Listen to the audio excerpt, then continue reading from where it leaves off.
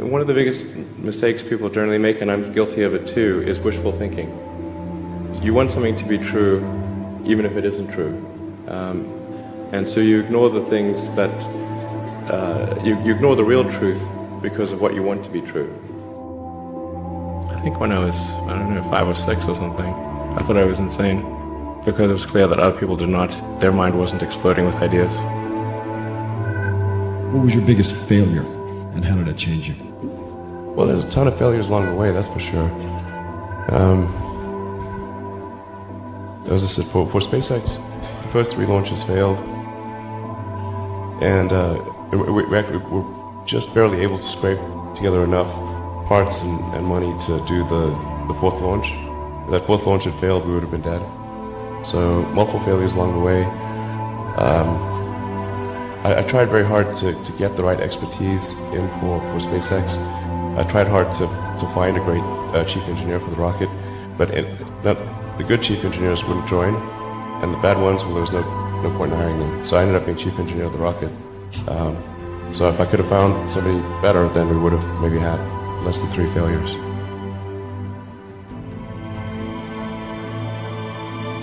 People who've been in the rocketry business for decades, who say about you that you don't know what you don't know. But when critics say you can't do this, your answer to them is, we've done it.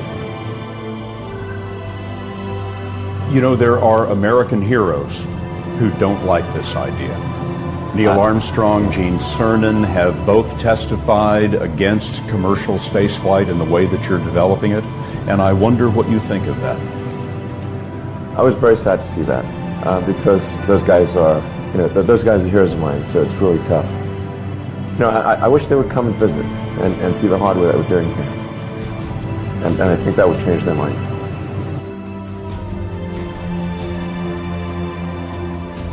Did you think, I need to pack this in? Never. Why not? I don't ever give up. I mean, I'd have to be dead or completely incapacitated.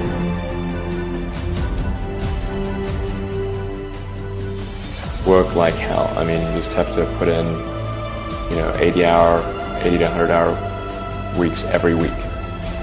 All those things improve the odds of success. I mean, if other people are putting in 40-hour work weeks and you're putting in 100-hour work weeks, then even if you're doing the same thing, you know that you will achieve in 4 months what it takes them a year to achieve.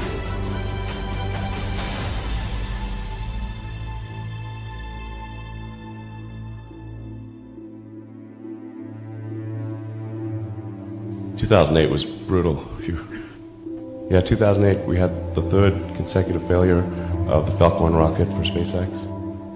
Tesla almost went bankrupt. We closed our financing round 6 p.m. Christmas Eve 2008. It was the last hour of the last day that it was possible. We would have gone bankrupt 2 days after Christmas otherwise.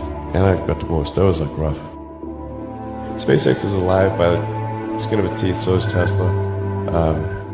If things had just gone a little bit the other way, both companies would be dead. And I had, one of the most difficult choices I ever faced in life was in 2008. I think I had maybe $30 million left, or $30 or $40 million left in 2008. I had 2 choices. I could put it all into one company, and then the other company would definitely die, or split it between the 2 companies. But if I split it between the 2 companies, then both might die. And when you put your blood, sweat, and tears into creating something, or building something, it's like a child. And so it's like, which one am I going to let one starve to death? I couldn't bring myself to do it, so I split the money between the 2. Fortunately, thank goodness, they both came through.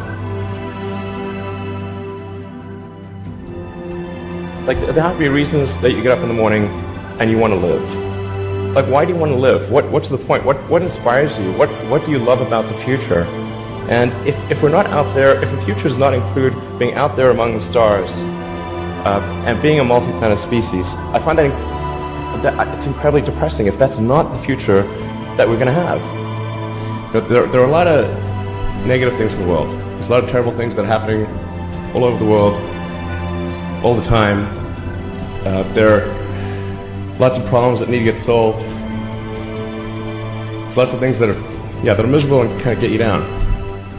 But life cannot just be about solving one miserable problem after another. That can't be the only thing. There need to be things that inspire you, that make you glad to wake up in the morning and be part of humanity.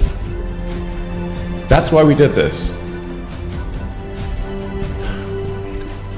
This guy called Tsiolkovsky, one of the early Russian rocket scientists, the great saying, "Earth is the cradle of humanity, but you cannot stay in the cradle forever."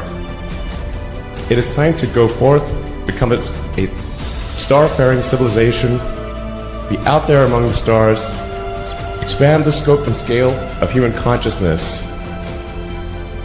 I find that incredibly exciting. That makes me glad to be alive. I hope you feel the same way.